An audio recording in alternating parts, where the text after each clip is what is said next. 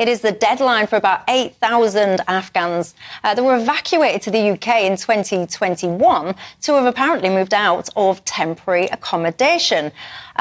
This is basically, in May, these families got a letter from the Home Office saying that they either accept a housing offer that the government had provided or be evicted from the place that they are staying at.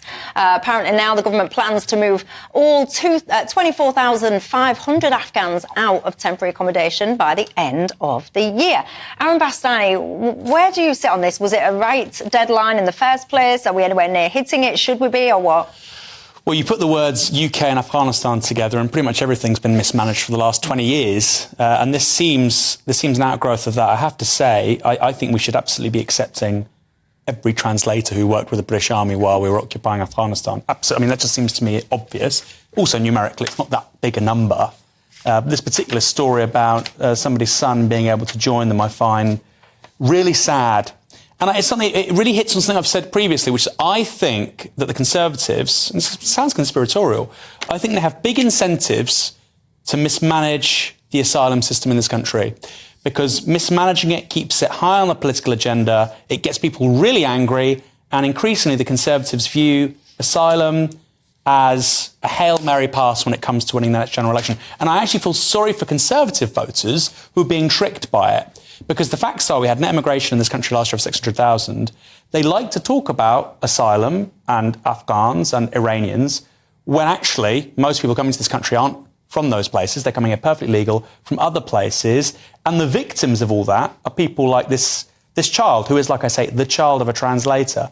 So, who I think has every right to be here.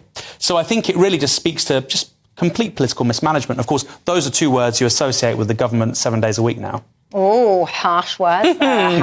Harsh final parting shot. Dawn, your thoughts? Well, I think, this little boy is only 3 years old, is living with his nan and granddad under the most horrific rule that's going on with the Taliban in Afghanistan at the moment. Certainly, we've just been discussing for women and girls in this country not getting treated very well. In Afghanistan, it is hell on wheels. Little girls can't even go to school. So personally, I would actually airlift every woman and girl out of Afghanistan, let alone the translators. But listen, there's about 20 million... I know, but honestly, I know, and I would put them all up in Gary Lineker's house. But I just think it's insane the way that we have treated the people that work for the British forces out there.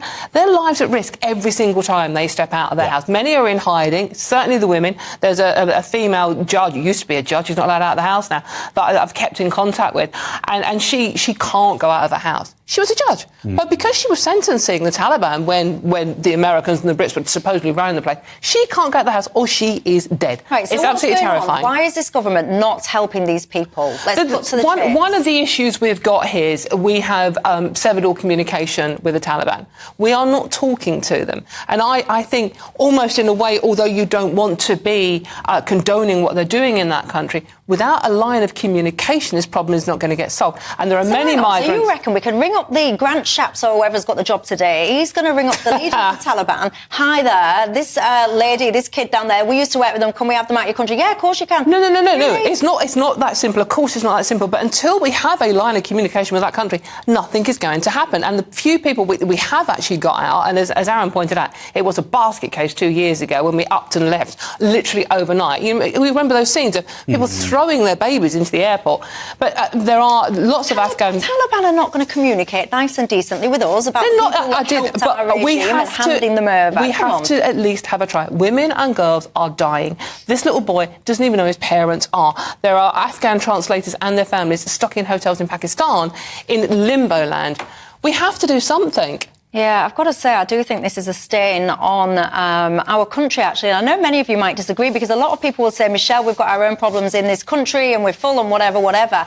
But, I mean, these people are people that actually helped us, that helped our armed forces, that helped try to keep this country as safe as it possibly could be as well. And I personally do. I think it's shameful that we've just abandoned them in this way. Yes, we can all sit and debate about barges and all the rest of it, but that's for people that I would argue are economic migrants. For these people that really desperately put their lives on the line for us, I feel like we owe them a service. Do you agree or not?